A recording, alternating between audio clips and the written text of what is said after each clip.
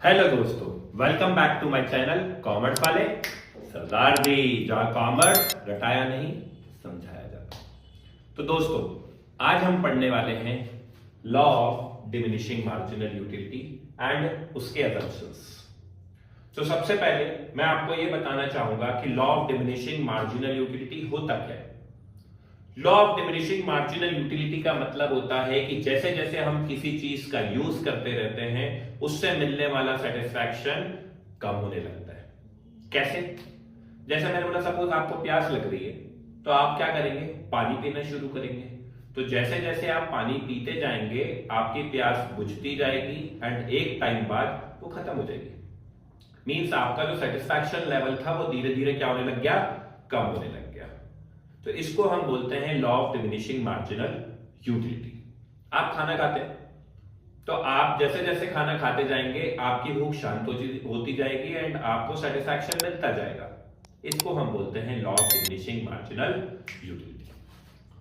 तो इसके लिए सबसे पहले as we go on increasing additional unit of a commodity the utility derive from it goes on decreasing. This is known as law of diminishing marginal utility. तो अब हम इसके पढ़ते हैं असम्पशंस कि क्या क्या इसके असम्पशंस होते हैं, क्या क्या चीजें इसमें पहले से ही मानी जाती हैं। So point number 1, period of consumption must be the same. यानी कि जब भी आप किसी चीज को यूज कर रहे होते हैं तो उसका जो कंजम्पशन पीरियड है वो कैसा होना चाहिए? सेम होना चाहिए। कैसा होना चाहिए? सेम। जैसे मैंने बोला कि आप आइसक्रीम खा रहे हैं, तो अगर आप आइसक्रीम खाते हो तो आपने एक आइसक्रीम खाई तो आपको सेटिस्फैक्शन मिलेगा। दूसरी आइसक्रीम भी आप उसी टाइम खाएंगे तो आपको उससे सेटिस्फैक्शन लेवल कम मिलेगा। लेकिन अगर मैंने बोला कि आपने अगर एक आइसक्रीम अभी खाई और एक आइसक्रीम आप सपोज कल या एक साल बाद खा रहे हो तो आपका सेटिस्फैक्शन लेवल कम नहीं होगा, क्योंकि उस केस में गैप बहुत बड़ा आ जाएगा। इसलिए कंजम्पशन पीरियड कैसा होना चाहिए? सेम होना चाहिए। कैसा होना चाहिए? सेम। दूसरा मैंने आपको बताया कि similarity in size, quality and quantity. Means कि कोई भी सामान है उसकी साइज में, उसके क्वालिटी में, उसकी क्वांटिटी में कोई भी चेंज नहीं आना चाहिए। क्यों? क्योंकि अगर उसकी साइज, क्वालिटी एंड क्वांटिटी में चेंज आया तो हमारे सेटिस्फैक्शन लेवल में भी चेंजेस आते हैं। कैसे?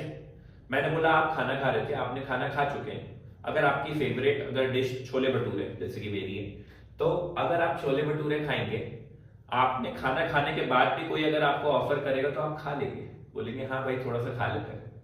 लेकिन वही अगर आपसे कोई बोलेगा खाना खाने का भाई रोटी खा लो, तो आप मना कर दोगे, बोलोगे भाई मेरे को तो भूख ही नहीं है, मैंने तो जस्ट अभी खाया है।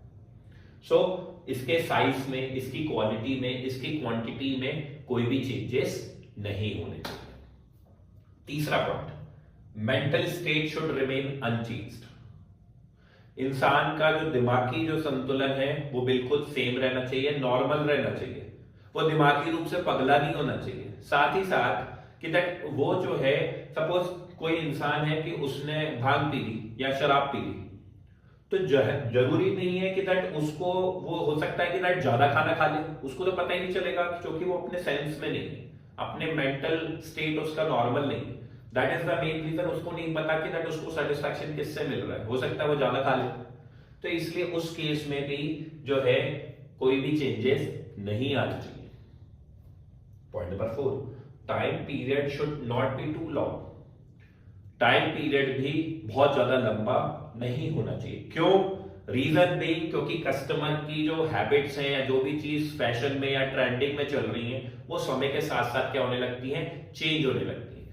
That is the main reason. इसमें अज्यूम किया है कि टाइम पीरियड बहुत ज्यादा लंबा नहीं होना चाहिए, क्योंकि हमारा सेटिस्फैक्शन लेवल, हमारा टेस्ट, हमारी प्रेफरेंसेस चेंज हो जाती हैं लंबे समय में। हो भी सकती हैं, नहीं भी हो सकती। तो पांचवा पॉइंट जो कि है price of commodity should remain the same. तो प्राइस ऑफ कमोडिटी का मतलब यह है कि दैट किसी भी सामान की प्राइसेस में कोई भी चेंजेस नहीं आएगा। रीजन भी, क्योंकि अगर उनकी प्राइसेस में चेंज आएंगे तो उनके सेटिस्फैक्शन लेवल में भी चेंज आता है। सपोज अगर कोई सामान अगर सस्ता हो जाता है तो हम उसको क्या करने लगते हैं? ज्यादा खरीदने लगते हैं। और वही अगर कोई सामान महंगा होता जाएगा तो हम उसको कम खरीदते हैं। क्यों? क्योंकि सस्ता हुआ हम ज्यादा खरीद लेंगे, क्योंकि उसको ज्यादा खरीदने पे हमें सेटिस्फैक्शन मिल रहा होता है। जबकि महंगा होने पे उसको कम खरीदते हैं, हमें कम में सेटिस्फैक्शन मिलता है। तो that is the main reason कि दैट प्राइस जो है किसी भी सामान की वो सेम रहनी चाहिए। आई होप मेरी ये बातें आपको समझ में आई हो। अगर आपको मेरी ये वीडियो पसंद आती है तो चैनल को लाइक करें, सब्सक्राइब करें और बेल आइकन दबाएं, मेरा नहीं इस चैनल का। मिलते हैं अगले वीडियो में और इसी तरीके से अच्छे तरीके से, मजेदार तरीके से पढ़ने के लिए इस चैनल को सब्सक्राइब करें।